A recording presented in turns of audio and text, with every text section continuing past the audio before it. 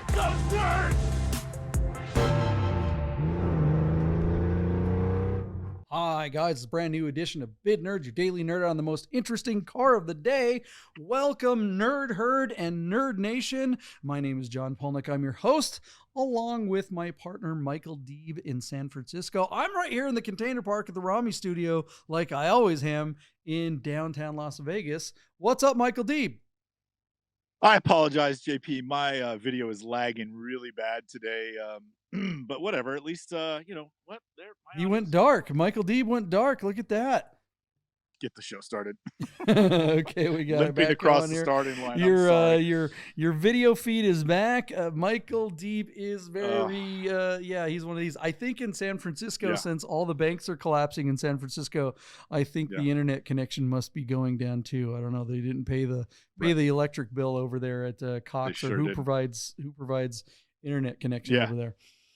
Xfinity, which is exactly Cox. It's Cox by a different name. So Xfinity. All right. Okay. Well, what we do on the show is we find the most interesting car from all the auction sites. If you're a car nerd and you're watching Bring a Trailer, P-Car Market, all those auction sites, Cars and Bids, what we do is we kind of play the prices right, but with the most interesting car. We make a prediction as what we think is going to happen with the car's auction, and then we reconcile our predictions with what actually happens by using our future machine, our time machine. We go to the future. So at the end of this episode, make sure you stick around to the end. You'll see what actually happened with the auction.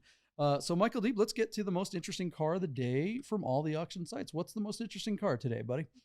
So as we know, JP, Doug DeMuro and Cars and Bids have been getting a higher caliber car as recently, and he's been doing really well getting those cars sold. So I thought you know by now, the Nerd Herd knows that I am a huge fan of the 2008 Mercedes Benz CLK63 AMG Black Series. I actually worked with Mercedes Benz when this car was released. I simply could not afford one at the time, and I really love this car. I wanted to buy it. It's basically a German muscle car. What's not to like about a two-door coupe with just two seats, a stonking 6.2-liter V8 that makes 500 horsepower and like 465 pound-foot of torque under the hood. AMG did special wheels, special coilovers, special seats. The front and rear both have strut tower braces. And then I love that this car has kind of that boy racer wide body look to it with the AMG specified fender flares and body kit and all these things. Mercedes had a contract with Formula One that they would supply the safety cars, and the CLK63 was like the safety car for Formula One for a couple of seasons, actually. So this is a really nice example that is offered on Doug DeMuro's Cars and Bids site out of Lake Hopatcong, New Jersey. I'm sure I'm not saying that correctly, but I don't really care. The car only has 10,000 miles on it. And I thought this would be an interesting, as we're paying closer attention to Cars and Bids, I thought this would be another interesting lot that is kind of high profile to see if he can bring a true retail number for these cars. Because we've covered so many of them over the last year, JP, I think it goes without saying that when you and I look at this car, we see a car that's probably in the $120,000, $130,000 range. So the real question as we watch this lot close at the end of this week is to see if Doug DeMuro can bring that money with his audience for this seller. So JP, I send to you a very textbook silver black low mile AMG 63 Black Series. It's a car that I like. It's not, it's not the true driver's car a 911 would be for similar money, but these would still be a lot of fun. They're not super heavy cars, and that car makes so much torque that if you turn off the traction control, John, and you just open the throttle, especially in the dusty, slippery roads that are Las Vegas, you could leave black tire marks all the way down every boulevard in Vegas. All like from your house, you can spin the tires all the way to the studio and back. You know what I mean? This is a car I bet Rami would love to drive because it's just all power, all hooligan, all the time. So I send this car back to you. What do you think is going to happen here on Doug DeMuro's site with this car? Yeah, it's a good question. I've always loved these cars, but I think I've always been surprised how much they bring. I mean, it really is a testament to the performance of this car, that this car, its regular CLK counterpart of the same era you can find all day long for $10,000, right? I mean, it's just a two-door CLK 550, the nicest one out there might be of this era is probably not even 20 grand, 15 grand or something like that. And those are great Yeah. values for a daily driver. This is not the same car. This is just an absolute monster compared to that. And you're absolutely right that our good buddy Rami from the Rami show would love this car. He had a C43 AMG, which is not unlike this car. Yeah, I recently drove, what the heck was it? A Vantage S, like a 2011 Aston Martin, which I feel is very similar to this car. You're absolutely right. Big noise, lots of monster fun, but not exactly something you want to go around a corner in. I just, yeah, look at the interior of this car. It's really great. I love those seats. I love that the CLK platform doesn't have a B pillar. It's great that this particular one doesn't have back seats, although I don't know why not. It's not like this is a car that you're actually going to race. So you may as well have some back seats back there, I guess, you know, to use every once in a while, because there's actually a halfway decent amount of room back there. I don't know. Whatever.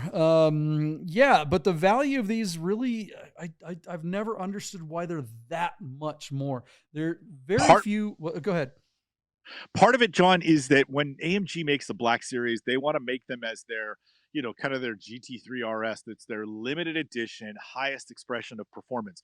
So the basic notion with this particular model is that Mercedes-Benz produced less than 700 of them for the world. And, you know, Mercedes makes a lot of cars. I mean, it's easy to hear somebody like Porsche say that when they're only making, you know, 70,000 cars a year. But to hear Mercedes say they made a special model and everybody wants one, and yet less than 700 of their VIP customers around the world are going to be able to get one. And you start to understand at least why they bring a premium.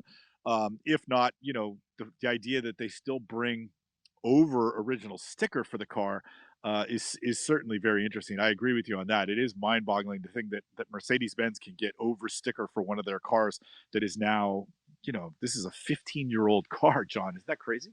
Yeah, I mean, typically Mercedes are terrible with depreciation. The only Mercedes that is a solid long-term buy is a G-Wagon. You know, word to the wise, we've been hearing a lot of negative things about the new version of the G-Wagon, particularly the G squared. You know, Rami from the Rami show, we got his stuck in the snow. The diff lock wouldn't lock. A G-Wagon? On not just a G-Wagon, but a G squared. Are you kidding me? I think honestly, anything built in the last 2 years is kind of a piece of junk. I would not buy anything that was built during lockdowns and that sort of thing. All right. Well, what's going to happen with this auction with all the crazy stuff going on in the financial markets? Is this car going to peter out, or is it going to spike at the end? What do you think? So, John, it's worth mentioning that our car still has, you know, 3-4 days before it closes from when we're recording this at the beginning of the week. Our car is currently sitting at $69,000 on 9 bids on Cars and Bids. We have seen cars with similar mileage bring 120 to 140 grand all day long. Theoretically, this car should be worth $120,000, $130,000 even today.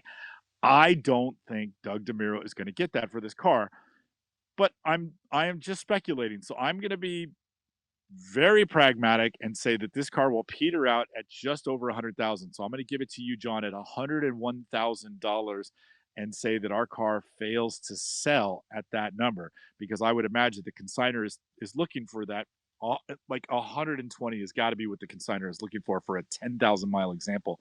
And I am just a little bearish. I don't think Doug is going to get that. So 101 grand to you, JP, over and under. It's a very good bid. I'm definitely going under. I'm going to be pretty bearish, obviously, here this week on all my bids. We just don't know how this week is going to shake out. The initial reaction to the Fed's kind of ensuring depositors on the SVB collapse. You know, we don't know what's going on with First Republic in your neck of the woods there, and what else might happen tomorrow or the next day. Those things could genuinely affect the closing bid if everything in the news on Wednesday is that they, you know, that the stock market is crashing. It's probably going to be tough to close cars on an auction site that happens at the same time. It's almost like, you know, when you're looking on the day that you want your auction to close, You definitely don't want it to be on an NFL Sunday, because No. no eyeballs are on the auctions at that point. Well, I think Yeah. a lot of eyeballs are going to be in other places when it comes to money factors. So I don't know how high on the list cars and bids is going to be this week. So I'm going to I'm going to park it under. I'll give myself a little bit. Look, I'm going to go 85. I'm going that low. I think cars and bids is Whoa. just going to peter out. I just don't think Doug can make it happen on this one. I hope I'm wrong. I do Yeah. think things are gonna probably kick down the road a little bit. I think that things are going to soften a bit. I don't know if they're going to completely crash this week, but it's going to be interesting to see how things shake out here in the next few days. So it's going to be pretty tough to make Yeah. bids. Listen, if it did peter out at 85, that wouldn't surprise me just because it's a crazy week. I think obviously I'm making my bid because I think that's what's going to happen. But I also wouldn't be surprised if it did bring a little more than my bid. I wouldn't have been surprised if you had taken the over, but just over me. Mhm. I just don't think we're going to see a full retail number, which I think should be in that 120 to $130,000 range. I don't think that's going to happen, even if it goes All over right. my Now's the bid. time to put your bid in. We're going to dip out. Hey guys, I gotta tell you about our friends Godden Porsche of Las Vegas and Godden Classic. If you're looking for a new Porsche or a classic, you gotta call our friend Steve at Godden. This guy. 1989 linen gray metallic G50 cab. Is that gonna be for sale? It is going to be for sale. The car only has 65,000 miles. Save yourself the hassle of screwing around with all the auctions like we always talk about and just talk to Steve. He'll find you the classic Porsche you're looking for. Godden Porsche of Las Vegas. If you love watching car videos on YouTube, you gotta check out my channel, The Raleigh Show. Oh, this car! I am driving a 2020 Lamborghini SVJ. This car, watch this.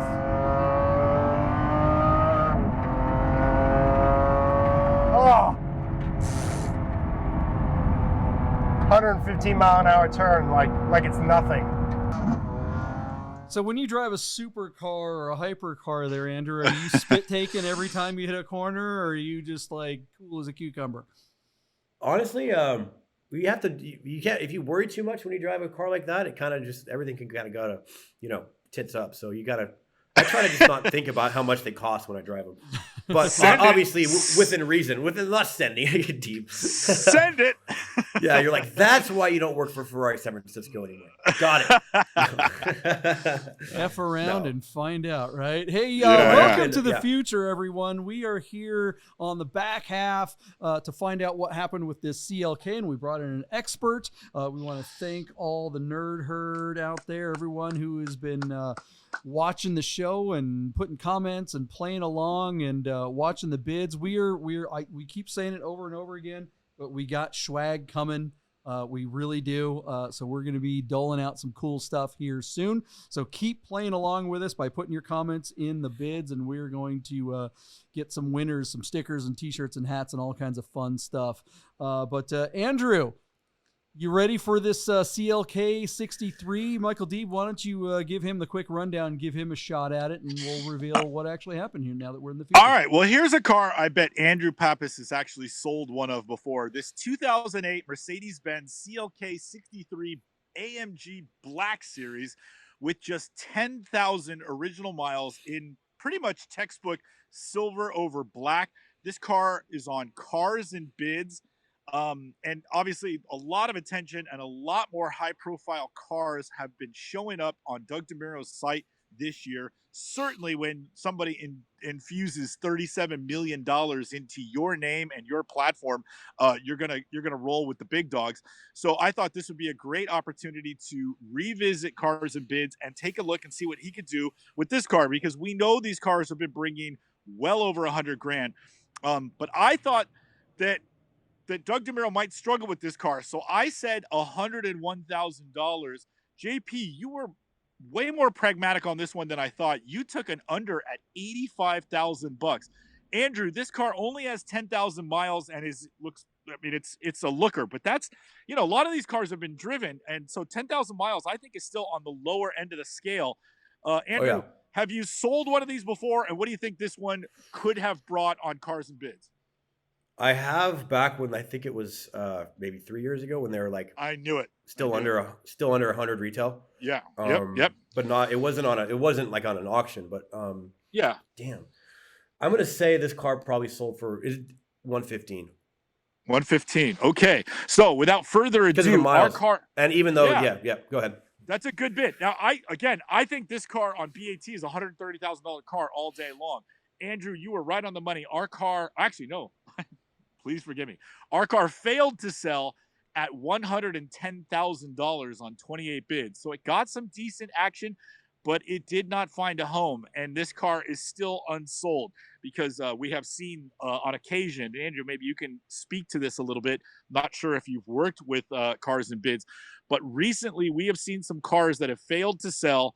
And then a couple days later, they show sold after the auction closed. That has not happened on this car. So this car apparently remains available. And again, I think with the low miles, despite the slightly depressed market, I still think this is at least $120,000 to $130,000 example, if not more. I agree with you. Because that's what they've. Yeah, go ahead.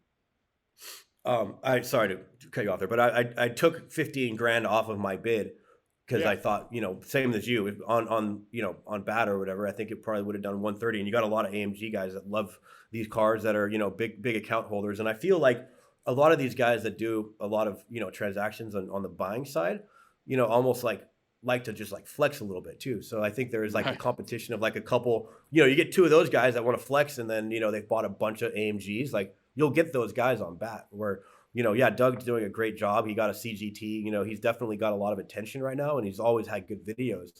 And I think his platform will do really well. I haven't used them at all, but I did subtract some money because of the platform, not the car itself. I think the car itself is amazing. Yeah. Yeah. Well done. Between the two of us or the three of us, you would have won that one. So not a bad guess at all. JP, what do you think of the result? Yeah, I'm surprised it went up that much. I'm always surprised. I mean, Mercedes just tend to depreciate so horribly in general. So really the G-Wagon and anything that says black next to it are about the only thing that's worth buying when it has a Mercedes badge. The AMG black has taken a huge hit, hasn't it, Andrew? Those were crazy expensive. Now it seems like they're worth about half as what they were before. Yeah, they kind of have their waves. Yeah, they have their waves. The new AMG Black Series, I remember wholesaling one to a dealer for $495, I think. Yeah, and now transacting under $400, and that was and they were at $700 not that long ago. So they were quick trip down. Yeah, it's scary, right? I mean, I just feel like Mercedes. I'm always going to be bearish on Mercedes, and particularly with the CLK Black. Anytime you have a version of a car that there are other cars driving around. There are CLKs, regular CLK, just, AMG 55s or whatever, or 63s or whatever that was that particular era, driving around the road that are worth $20,000. And that don't really look that much different. This one has some whiz bang air ducts, and granted, it's a way different car. Of course, but it's just for people who want that baller status, and you roll up in something like this, and the average guy at Cars and Coffee is like, oh, that's a $30,000 car at best. They don't realize that because it says black on it, it's worth way more. The curb appeal, you shouldn't have to explain yourself. Like, no, this is a Black Series. It's like, okay, bro. Like when you pull up with the right Porsche or the right Ferrari or whatever, like you don't have to make an introduction. You don't step out of the car and, the valet guy puts it in the back next to all the, old service trucks and shit. So, yeah. Unfortunately, that's just something you have to deal with a car like this. It is a spectacular car, but Mercedes and Audi's just take an ish in depreciation so badly. It's just not something I would bet on, especially given, if there's a rocky forecast in the future. I just don't think this car is a place that I would want to plop any money.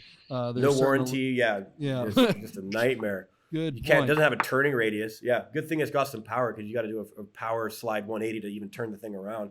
That's so true. I totally forgot about that, but I've driven these. I was actually with Mercedes in 2008 when these cars were new, and they really do have a bad rack. Like that wheel doesn't turn more than like 10 degrees. It's crazy. Oh no, you got a Starbucks parking lot, forget about it. You're not getting your coffee. You got to get it towed out of there. Rami had one of those. What was it? C43 507s. So it was like the black, but it was less expensive. I mean, he had that for like a nanosecond just as a driver or whatever. And I remember having a ton of fun in that, going, wow, I think those are worth what, $40,000, and for the performance that you get out of them, there's nothing you can buy that has a Porsche badge on it that will, give you that kind of fun and that kind of power. But at the same time, it's just going to keep spiraling down in value. And it's a tough. I wait for that car to be worth $25,000 and then jump on have some fun with it. Yeah. Yeah. A lot of those things are just boat. A lot of the AMGs are just, unfortunately, just boat anchors, unless they're a G63. But even cool car though. Our friend, shout out to our friend Mental Ward, who helps us on Dur or Die Porsche podcast on Thursday nights. He has one of those. What is it? CLS. Yeah, the big luxury. Yeah, CLS or CL63. Did he lease it? I hope. No, I mean, it's an older one. He bought it and drove. I think it had like 200,000 miles on it, but it finally gave up the ghost. It's a boat anchor. No, it's a boat anchor. Yeah. Yeah. No, they really are. And I got a real kick out of the everybody saying that Mercedes was going to stop making V8s for a minute there last like year and a half ago. And then G-Wagons popped from like 220 to like 300 in like a week. And then everybody was like, they're going to 4. And then all those guys lost freaking 80 grand because they didn't sell when they were at 3. And that's a G63. Those things just went crazy. Yeah. But I feel like there is sometimes like situations like that where there's some hype, or even like on Bring a Trailer. Like you get a car that like a few of them transact for big numbers, and then a bunch of guys start selling their car that you don't even know these things were coming. And they, sometimes they'll have their little runs like that, but I don't think now's the time to sell an old black series like that. I think the guy definitely should wait a little while. I won't name names, but we know someone who has a G63 G Squared, a brand new one, and recently drove it in the snow and got it stuck because the freaking lockers wouldn't work. For 400 grand they probably paid for that car. I mean, more, right? And and that with thing is supposed to be the most amazing off-road vehicle. Now granted, it had street tires on it or whatever, but the lockers should have saved them. The lockers would not engage. They just wouldn't. It got stuck in the snow, Andrew. I mean, come on.